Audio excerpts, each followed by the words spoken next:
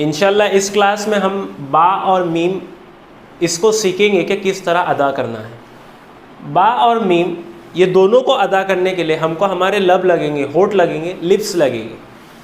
अब लिप्स को समझने के लिए दो चीज़ समझना बहुत ही ज़रूरी है।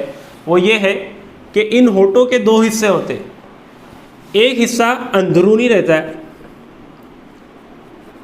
जो हमारा अंदर का हिस्सा है, और एक जो बाहर वाला हिस्सा रहता है। ठीक, अंदरूनी हिस्सा जो हमारे होठों का होता है उसे हम गीला हिस्सा भी कहते हैं या तर हिस्सा। जो हमारे होठ अंदर की तरफ है वो उमूमन क्या होते हैं, गीले होते हैं, तर होते हैं।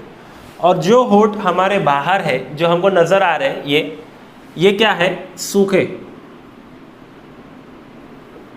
या खुश्क। ये दो हर्फ को समझने के लिए हमें लब यानी लिप्स समझना ज़रूरी है। लिप्स क्या रहते हैं कि ये एक हिस्सा उसमें अंदरूनी में रहता है और एक हिस्सा हमारा बाहर का रहता है। अंदरूनी हिस्सा वो रहता है जो अंदर की तरफ ये वाला गीला हिस्सा रहता है, चाहे ऊपर हो या नीचे। इसी तरह बाहर का हिस्सा जो आपको नज़र आता है ये बाहर का हिस्सा जो सूखा रहता है। तो अब जब मुझे बा अदा करना होगा ये बा जब भी अदा करूँगा तो मुझे लगेगा अंदरूनी हिस्सा। बा के लिए मुझे लगेगा अंदरूनी हिस्सा, मीम के लिए लगेगा बाहर का हिस्सा।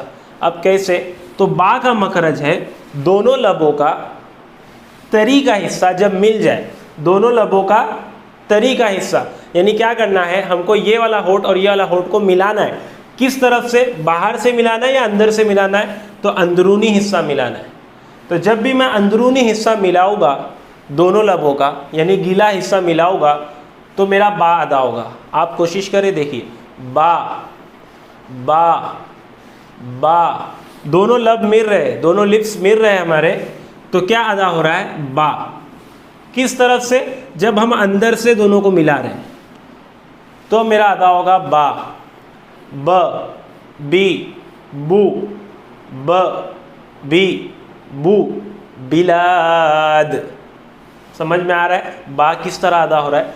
इसी तरह मीम, इसका ताल्लुक भी होठ से है, लेकिन होठ पे कहाँ लगेगा, ये जो आपको सूखा हिस्सा दिख रहा है जिसे हम बाहर का हिस्सा कहते हैं या खुश्क हिस्सा कहते हैं। तो जब ये खुश्क हिस्सा मिलेगा तो मेरा मीम अदा होगा। अब गिल्ला हिस्सा नहीं लगाना है, बल्कि सूखे हिस्से दोनों, इस होठ के और इस होठ के सूखे वाले पार्ट को मिलाना है। मीम मीम मीम, म, कोशिश करो आप ये और ये मिलाने की, म मी मू, मीम मीम। समझ में आ गया। इसको आप लिख ले कि बा अदा कब होगा, जब दोनों लब मिलेंगे अंदर की जानिब से, अंदर वाले हिस्से से यानी गीले हिस्से से, तर हिस्से से, तो बा अदा होगा, ब बी बू। इसी तरह जब दोनों लब मिलेंगे, दोनों होठ मिलेंगे बाहर की तरफ से, सूखे वाले हिस्से, खुश्क वाले हिस्से की तरफ से, तो मीम अदा होगा, म मी मू। उम्मीद करता हूँ आपको बा और मीम इनके अदायगी का होठ किस तरह उसके फंक्शंस रहते हैं आपको समझ में आ गया होगा कि क्या पार्ट्स रहते हैं उसमें, और आपको ये अदा करना इंशाल्लाह आ जाएगा। आप खाली प्रैक्टिस करते रहें।